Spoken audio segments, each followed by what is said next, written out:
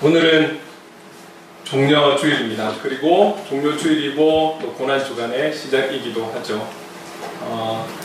지금 특주의 제목이 우리 때문에 참 오래 전에 나온 찬양인데도 그 가사가 우리에게 참 은혜가 많이 되고 있습니다. 그것은 그 가사가 맞기 때문이죠.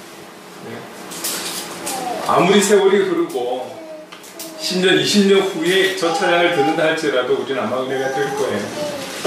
물론 또 준비하는 자의 감성과 또 기도의 준비와 이런 모든 것들이 포함이 되겠지만 또 분명한 것은 거기서 그 찬양에서 고백하고 있는 가사도 일부러 띄워드렸지만 그 가사의 내용이 맞기 때문이죠. 주님의 십자가는 어느 누구도 어느 무엇도 아닌 우리 때문에 지신 것이 사실이기 때문에 그런 것이죠. 지금 우리가 요한복음 16장을 보고 있습니다. 그러면 오늘 종려주일하고 전혀 관계가 없는 것이냐면 또 그것은 아니거든요. 이 요한복음 안에서 종려주일의 주일을 나타내고 있는 요한복음 안에는 어디에서부터 시작이냐면 요한복음 12장 2절에부터 보면 예루살렘 성에 입성하시는 예수님의 이야기가 나오고 있습니다. 그럼 16장이니까 훨씬 지난 이야기 같지만 사실은 이 고난주간을 보내고 있는 이때에 지금 예수님께서 제자들에게 하고 계신 말씀이라는 거죠. 12장에 예루살렘 입성에 대한 이야기가 시작이 되는데 16장인데도 불구하고 아직 예수님은 많은 사람들에게 잡혀가지를 않으셨어요.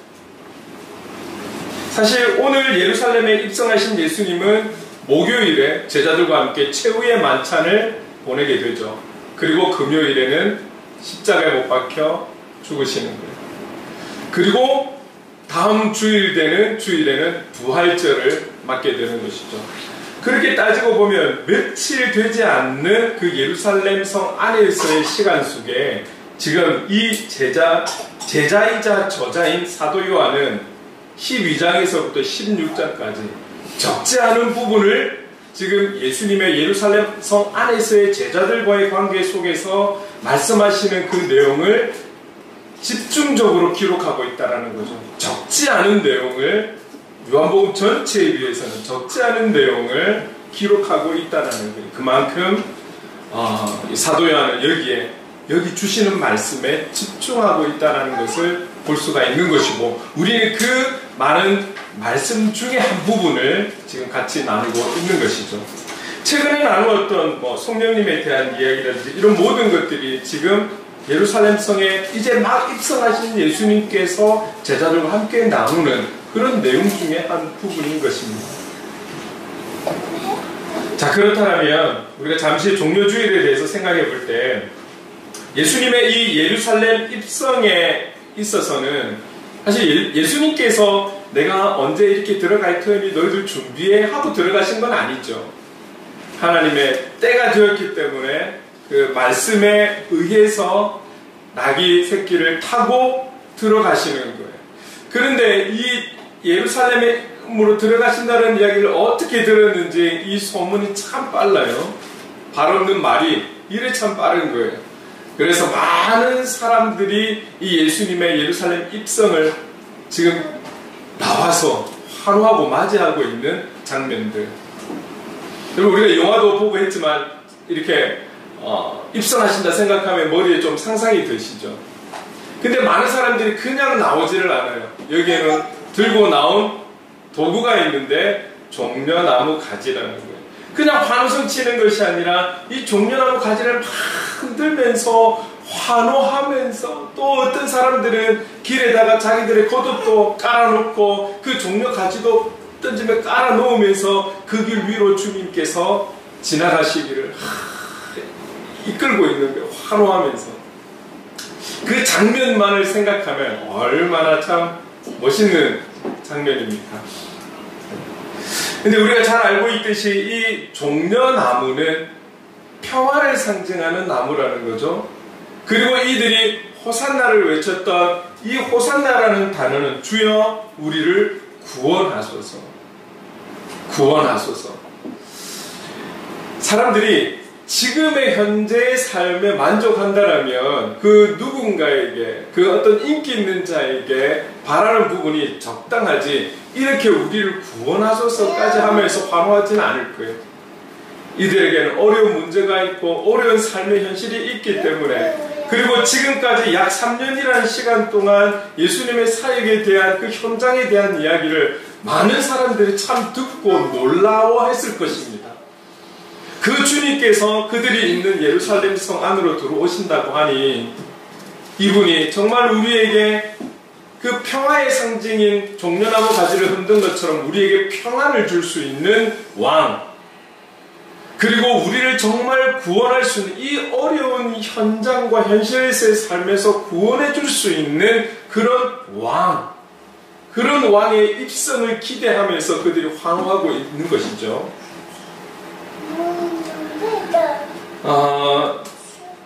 예수님의 그 지금까지의 사역들을 보면 오늘 여기에 예루살렘 성에 입성하는 예수님을 우리가 상상을 하고 있지만 조금 이전의 사역과는 조금 다른 부분이 있어요. 그게 어떤 것이냐면, 그간 3년간의 주님께서 하신 사역들에 있어서는 자연스럽게 지나가다가 사람을 만나고 또 가정집에 들어가고 같이 식탁 교제를 하고 초청되어서 식사하고 그런 자리에서 자연스럽게 주님의 역사가 나타났죠. 그 주님의 긍휼하심으로 인해서 귀한 역사를 일으켰죠. 오병이어 같은 경우도 그들이 굶고서도 굶어서도 그 주님의 말씀에 귀 기울이고 있는 그들의 모습을 바라보면서 긍휼히 여기사 저들의 배를 채워주신 건 아니겠습니까? 그런 자연스러움이 있었고, 많은 사람들이 예수님을 환호하고 어떤 스타성이 있는 사람으로 세우고 왕으로 삼으려고 할 때는 항상 그 자리를 피하셨던 분이 예수님이세요. 혼자서 살짝 어딘가 피하셨던 분. 그런데 오늘 이 그림은 제가 소개에 말씀드렸지만 환호하는 자리, 열광하는 자리, 온전히 마음과 정성을 다해 맞이하는 그 자리에 지금 예수님께서 오히려 공개적으로 당당하게 나귀 새끼를 타고 그 환호의 자리로 그 길로 쫙 걸어가시는, 공개적으로 드러내시는 그런 모습이 사실은 그 이전과는 좀 다른 모습이다, 이렇게 볼 수 있는 것이죠. 그런데 여러분, 주님께서 이 환호를 맞으며 지나가시는 지금 이 상황들, 예루살렘성 입성한 이 장면들이 계속해서 이런 모습들이 이어지면 얼마나 좋을까요? 근데 이 순간도 잠시, 이 순간에서 단 며칠도 못 되어서 주님은 이 놀랍 아름다운 자리를 벗어나 고난의 자리로 스스로가 들어가셨다는 사실, 그뿐만이 아니라 결국은 십자가를 지는 그런 어떤 고난의 상황으로, 환경으로 나아가고 있다는 것을 우리는 잘 알고 있죠. 이런 환호에 맞서는 또 하나의 그림이 있습니다. 당시에 모든 사람들이 예수님의 이 예루살렘 입성을 환호하고 맞이하는 것이었을까요? 그것은 아니죠. 유대의 지도자들은 어쨌든 이 소문의 예수님, 많은 놀라운 역사와 기적을 일으키고 많은 사람들에게 지금 거의 왕과 같은 그런 대접을 받고 있는 이 예수님에 대해서 여러 가지 시기와 질투와 인간적 감정과 그리고 자기들의 입지와 이런 것들을 생각했을 때 어떻게 하면 이 예수라는 사람을 다시 낮출 수 있을까? 심하게 얘기하면 처치할 수 있을까에 대해서 지혜를 모으고 있는 사람들이 참 많았었죠. 유대 지도자들, 바리새인들. 그렇게 기회를 노리고 있는데 이런 모든 상황까지도 아시면서도 굳이 드러내면서 그 현장으로 들어가고 있는 예수님이라는 거죠. 이렇게 입성하신 주님께서 제자들과 많은 말씀들을, 아주 중요한 말씀들을 나누고 있어요. 여러분, 우리가 성경책마다 좀 다를 수 있지만 또 어떤 많은 성경들은 이렇게 예수님의 말씀은 빨간색으로 되어 있는 또 그런 성경책들도 있지 않습니까? 제가 가진 성경도 그런데요. 12장부터 해서 지금 오늘 본문에 이르기까지 보시면 예수님께서 잡히시는 18장에 이르기까지 보면 거의 빨간색으로 되어 있을 거예요. 많은 부분들이 그만큼 예수님의 말씀이 많았다라는 거예요. 이 제자들에게 하고 싶은 말씀, 왜 예수님께서 예루살렘에 입성을 하시고 입성할 수밖에 없고 어떤 자들이 있는 것을 다 아시면서도 들어갈 수밖에 없는 상황에서 이 땅에 살아있을 때가 얼마 남지 않은 예수님께서 이 제자들에게 알려주고 싶고 가르쳐주고 싶은 말씀이 얼마나 많으실까요? 요한복음의 이 부분을 보면 작지 않은 부분을 할애하고 있으면서도 예수님의 말씀 거의 뭐 붉은 글자로 지금 다 지금 물들어 있는 것처럼 이렇게 보이는 거죠. 최근에 우리는 성령님의 역할에 대해서도 구체적으로 나누었지만 이 성령님에 대해서 말하지 않을 수가 없는 거예요. 예수님께서 곧 며칠 이후면 부활 그리고 승천까지 하시기 때문에 이 제자들이 일단 알아듣고 못 알아듣고를 떠나서 일어날 상황에 대해서 오실 성령님에 대해서 그 오심은 사실 제자들을 위해서 예수님께서 하나님 아버지께 간구하시는 기도 제목의 응답인 거잖아요. 그 성령님에 대해서 언급을 하시는 것이죠. 오늘 본문에 나와 있는 이 14절, 15절도 동일하게 성령님에 대한 역할 한 부분이 될 수 있는 것이죠. 우리가 앞에도 나눴지만 이 성령님의 역할에 있어서 역할의 중심, 핵심이라고 하면 오직 예수님인 거죠. 예수님. 그래서 14절, 15절에도 동일하게 나오고 있는 말씀이 이거잖아요. 내 것을 가지고 너희에게 알리시리라. 두 절 다 이 말씀이 있어요. 내 것을 가지고 너희에게 알리시리라. 여기서 말하는 내 것은 무엇입니까? 예수님의 것을 말하는 거죠. 이 성령님은 우리에게 알리시는데 그 알리심의 중심된 것이 바로 전부라고 할 수 있는 그 중심이 예수님에 대한 것이라는 거죠. 그래서 지난주에 살펴보았던 13절 말씀 우리 같이 한번 읽어볼까요? 함께 읽겠습니다. 시작. 진리의 성령이 오시면 그가 너희를 모든 진리 가운데로 인도하시리니 그가 스스로 말하지 않고 오직 들은 것을 말하며 장래일을 너희에게 알리시리라. 성령님께서 따로 우리에게 필요한 어떤 말씀들을 한다라는 것이 아니잖아요. 계속해서 여러 번 반복하고 우리에게 말씀하시는 것은 이 성령님은 오직 예수님의 말씀에 근거한 것, 예수님께로부터 듣게 될 그 말씀만큼만을 우리에게 알리신다라는 거죠. 그 역할이 성령님의 역할이다. 장래일도 마찬가지입니다. 장래일도 우리 한 사람 한 사람 일어날 전 보듯이 이런 거를 말씀하시는 게 아니에요. 세상이 앞으로 어떻게 돌아가고 이런 거를 말씀하시는 것이 아니라 성령님께서 우리에게 보여주시고 들려주실 장래일은 예수님의 죽음과 부활 그리고 성령님에 대한 것이나 다시 오실 그 심판의 주님에 대한 그 말씀, 이것을 말하고 있다는 것이죠. 그래서 계속 강조하고 있는 것이지만 성령님은 다른 어떤 것, 우리가 궁금해하는 것, 이것이 아니라 그분의 역할은 오직 예수 그리스도다. 예수 그리스도다. 그래서 우리가 조금 더 관심을 가지고 보기 원하는 것은 15절 서두에 보니까 이런 말씀이 있어요. 무릇 아버지께 있는 것은 다 내 것이라. 무릇 아버지께 있는 것은 다 내 것이라. 14장, 15장, 16장 오면서 예수님은 하나님 아버지와 나와의 관계에 대해서 참 많은 말씀을 하시거든요. 하나님 아버지와 나와의 관계에 대해서 많은 부분들을 동일하게 말씀을 하고 계세요. 자, 그렇다면 아버지께 있는 것은 다 내 것이라고 그렇게 주님이 말씀을 하시는데, 그렇다면 아버지께 있는 것이 어떤 것일까요? 하나님 아버지께 있는 것이 어떤 것이길래 이 전부를 예수님께 그렇게 주신 것일까요? 맡기신 것일까요? 그래서 그냥 이런 궁금증이 나는 거예요.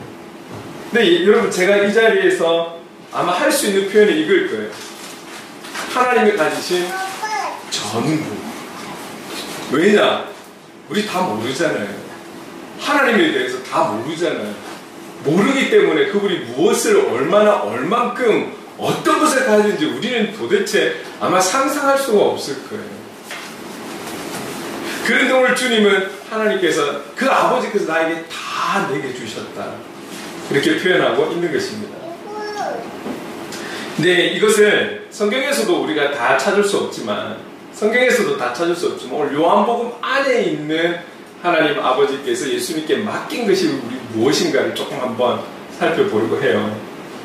요한복음 13장 3절 서두에 나와 있는 말씀입니다. 한번 같이 읽어볼까요? 시작.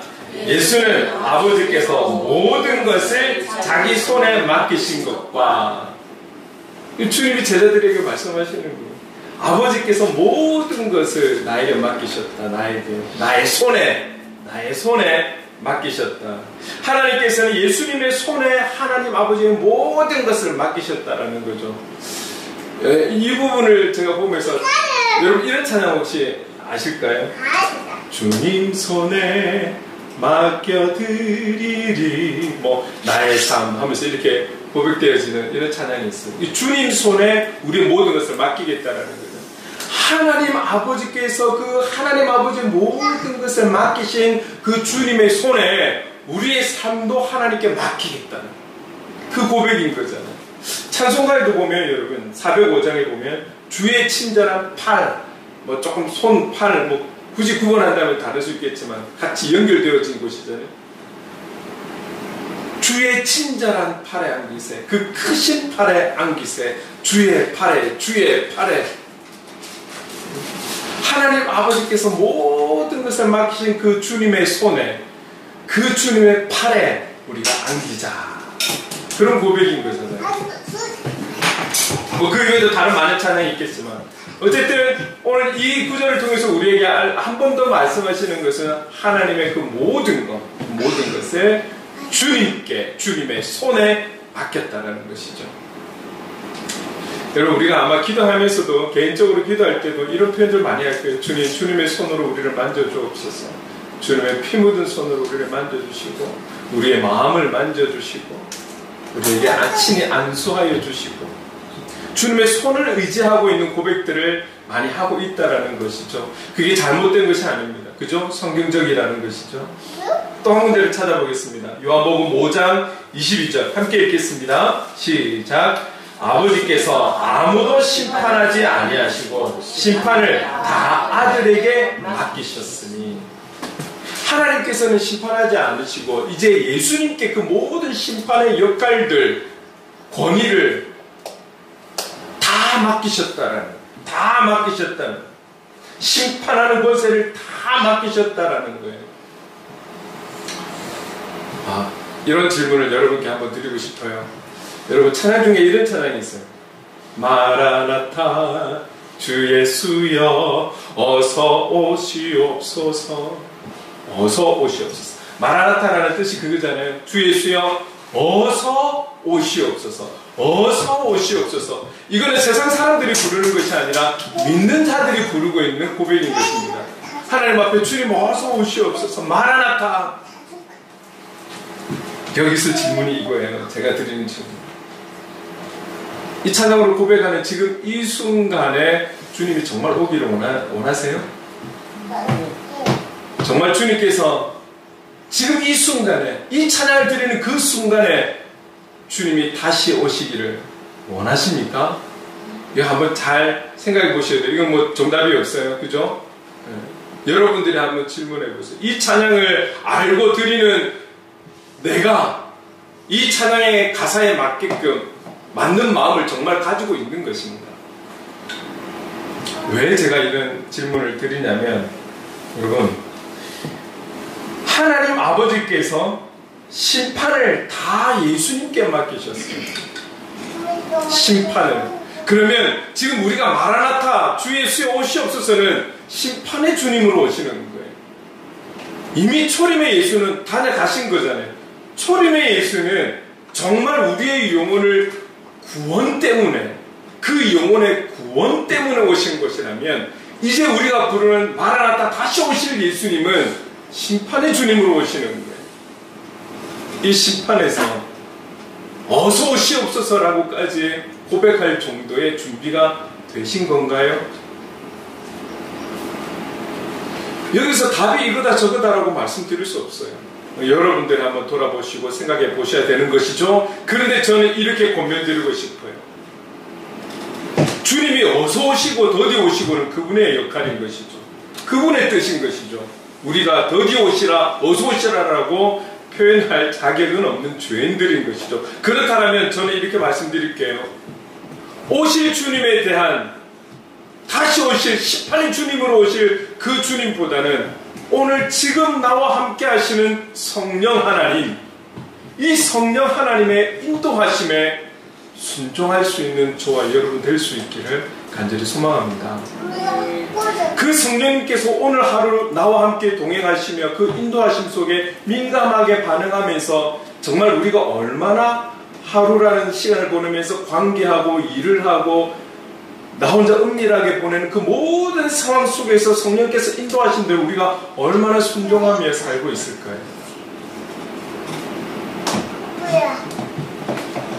이런 연약함 속에 살아가는 우리가 주님 어서 오시옵소서라고 말할 수 있는 그런 자격이 되는 것일까요? 틀렸다 이런 부분이 아닙니다.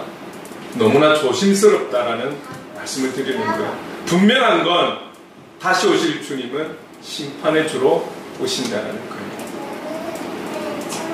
여러분 우리 하루하루 주님이 언제 오실지에 대한 관심보다는 언제 오시든 오늘 하루 성령 하나님을 통해서 인도함을 받고 그 인도하심 속에 이끄심 속에 순종하여서 성령의 사람으로 살아갈 수 있다라면 주님 언제 오시든 그건 문제 안 되잖아요. 문제 안 되잖아요. 오늘 우리가 힘껏 우리 자신과 싸워서 오늘 인도하시는 그 성령의 인도하신 대로 순종할 수 있는 내가 될 수 있도록 영적으로 싸워가고 나와 함께 하시는 성령 하나님의 도우심을 구하면서 붙들면서 그렇게 힘겹게 그렇게 몸부림치며 살아가는 우리가 되기를 여기에 집중하는 저와 여러분이 될 수 있기를 간절히 소망합니다. 기억하십시다.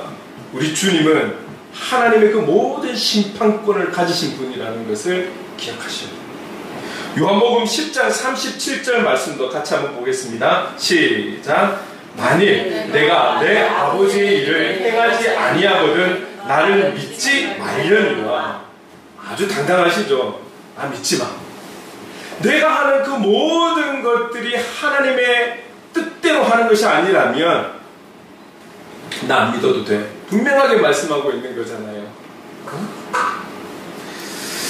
지금 이 말씀은 예수님 자신이 하고 있는 모든 일, 모든 말은 하나님의 일이요 하나님께서 주신 말씀을 하고 있다라는 것을 분명하게 우리에게 말씀하고 있다라는 거죠. 이런 이유가 아니면 나를 믿지 말라. 나를 믿지 마라. 여러분 우리가 이 21세기에 주님의 제자로 살아가기를 원하시는 저와 여러분, 오늘 우리 주님도 하는 그 모든 행함들 그리고 말씀하신 모든 것들이 하나님께서 주신 명령을 우리에게 전한 것이고 하나님의 뜻을 전한 것이고 그 뜻을 위해서 행하신 모든 삶을 살아가셨던 주님처럼 우리도 쉽지 않지만 날마다 싸워야 하지만 그래도 성령 하나님이 우리에게 주셨으니 성령 하나님의 인도하심을 받아서 하루하루 하나님 영광 위에 싸워가는 그 영광 위에 살아가는 그런 저와 여러분의 삶이 될 수 있기를 간절히 소망합니다. 간절히 소망합니다. 사람의 기준에 맞추지 마십시오. 내가 이렇게 하면 좀 바보스럽고 못난 것 같고 지는 것 같고 괜찮아요. 주님 인정하시면 되잖아요. 주님 인정하시면 되잖아요. 그래서 주님의 뜻대로 살아가는 저와 여러분이 되어야 하는 것이죠. 예수님께서 그런 본을 우리에게 보이셨으니까요. 한 군데만 더 찾아볼게요. 요한복음 12장 49절 함께 읽겠습니다. 시작. 내가 내 자의로 말한 것이 아니요 나를 보내신 아버지께서 내가 말할 것과 이것을 친히 명령하여 주셨으니, 예수님 자의로 말씀하신 것이 아니라 친히 하나님 아버지의 명을 받아서 말씀하셨다라고 그렇게 증거하고 있습니다. 그렇게 증거하고 있어요.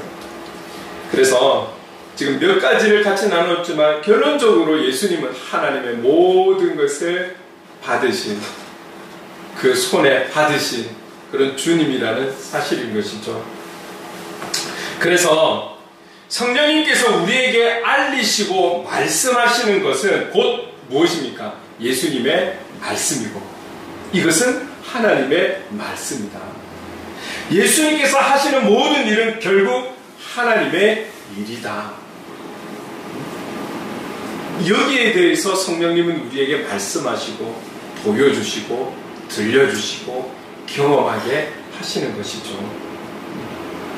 성령님은 이와 같이 모든 것, 결국 예수님의 것을 우리에게 알리고 깨닫게 하는 그런 역할을 하시는 분이라는 것을 기억하셨으면 좋겠습니다. 그래서 우리가 날마다 성령 하나님 오늘 우리와 함께 해주세요. 나와 함께 해주세요. 그리고 중보를 한다면 성령 하나님 오늘 우리 사랑하는 지체들 누구와 함께 해주세요. 그들이 어디로 가든 무슨 일을 하든 누구를 만든 어디에 있든 성령 하나님 지켜주세요. 그들의 마음과 그들의 생각과 그들의 행동과 그들의 말을 지켜주세요. 이게 중보기도인 것이죠. 우리 지체들을 위한.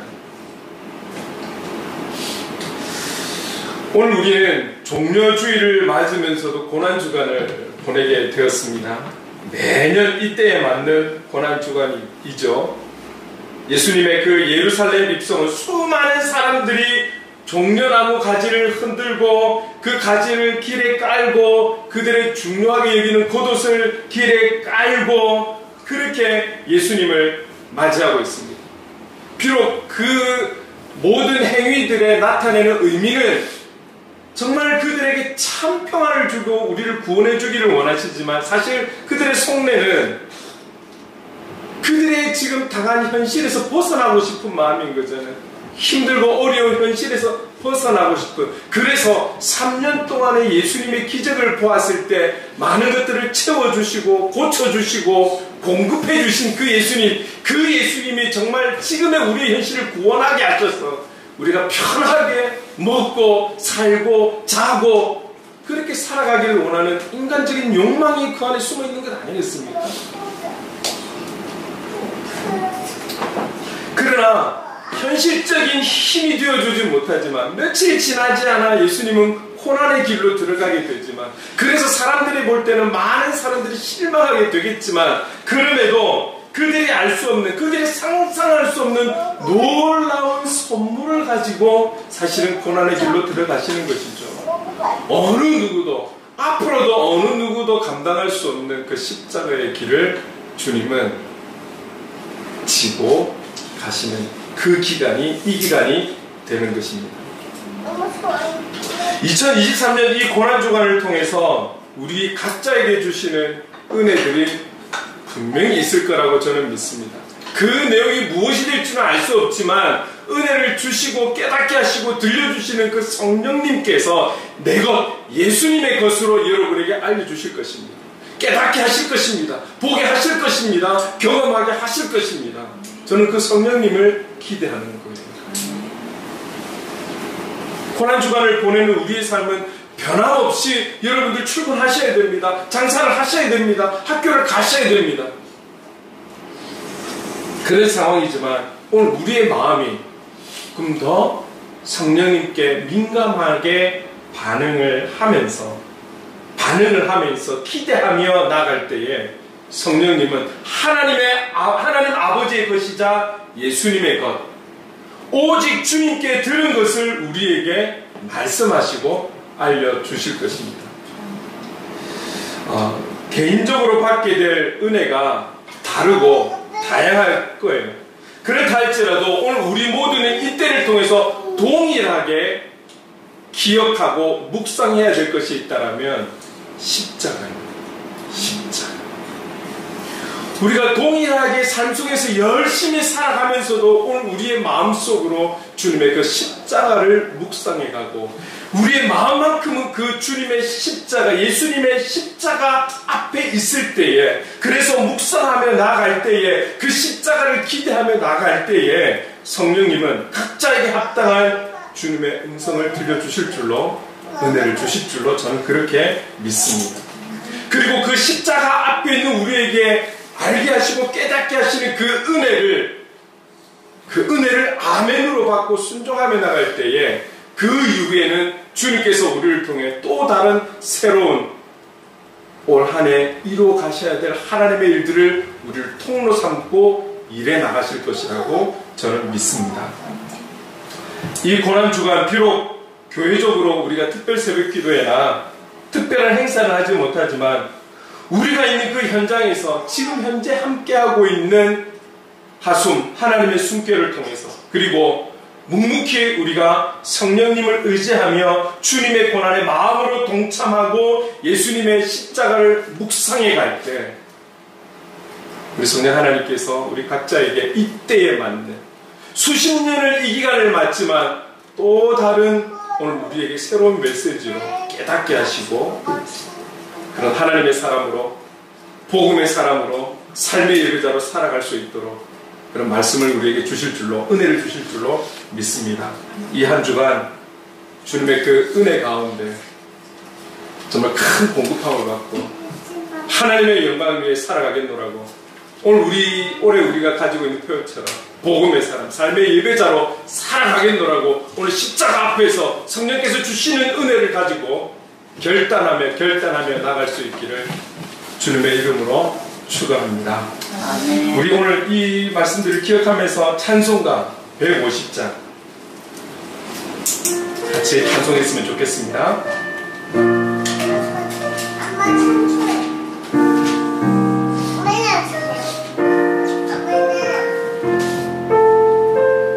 갈보리 산 위에 갈보리 산 위에 십자가 섰으니 주가 고난을 당한 뼈라 험한 십자가를 내가 살아남은 주가 보혈을 흘리리라 최후 승리를 얻기까지 주의 십자가 살아나리 빛나며 유관 받기까지 험한 십자가 붙들겠네 멸시천대하는 주의 십자가에 나의 마음이 끌리도다 귀한 어린 자니 세상 죄를 지고 험한 십자가 지셨노라 최후 승리를 얻기까지 주의 십자가 살아나리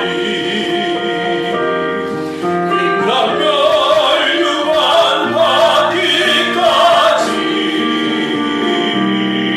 험한 십자가 붙들겠네 험한 십자가에 주가 흘린 피를 믿는 마음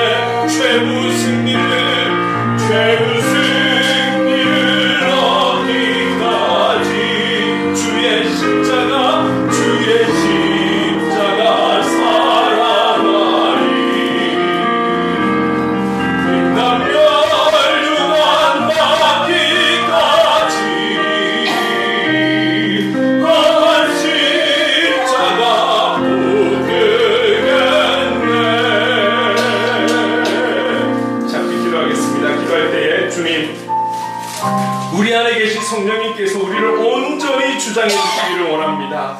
고난주간을 보낼 때 성령님 도와주셔서 정말 주님의 십자가만을 붙들고 묵상하고 주님의 고난에 동참하여 주님의 마음을 알아가는 그런 귀한 깨달음과 은혜를 이때 우리에게 허락해 주옵소서. 성령님 도와주시옵소서. 성령 하나님 함께하여 주옵소서. 우리 주신 말씀 기억하며 기도하며 나가겠습니다.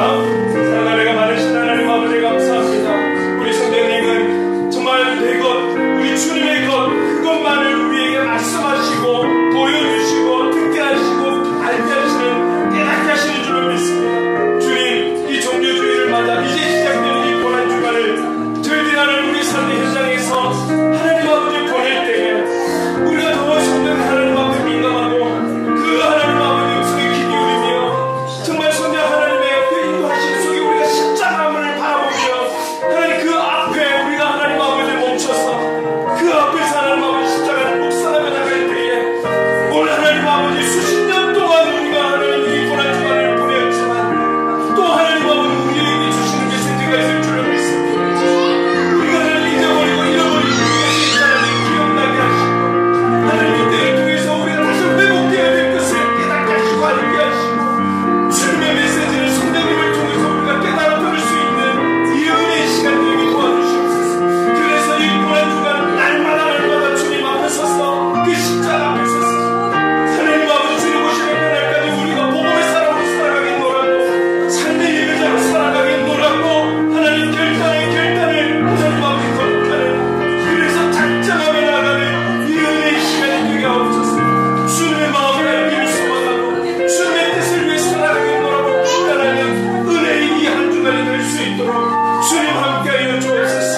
우리가 하나님 아버지 몸은 주어진 일들을 하고 있지만 우리가 마음은 그 주님의 고난에 동참하며 은혜의 시간으로 보낼 수 있도록 성령 하나님 인도하여 주시옵소서.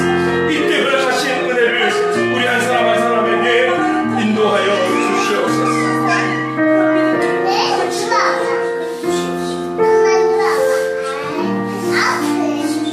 사랑해 주님 감사합니다.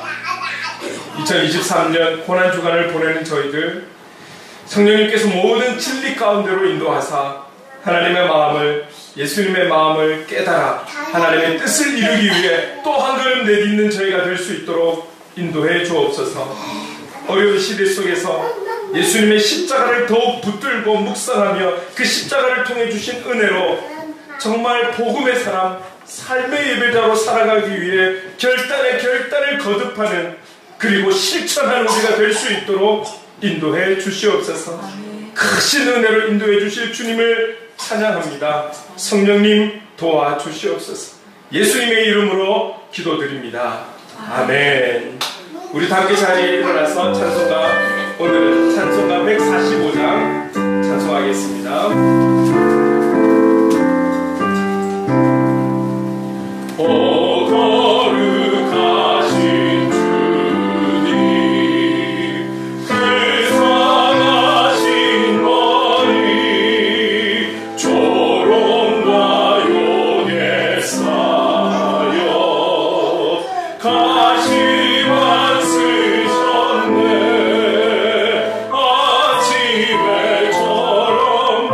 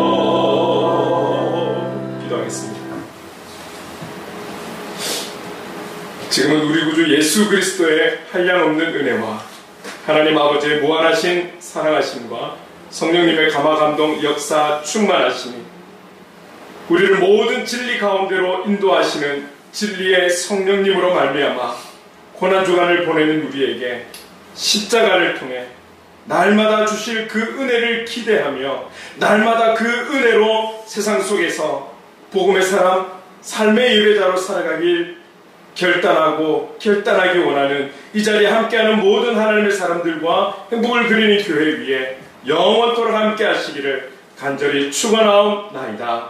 아멘.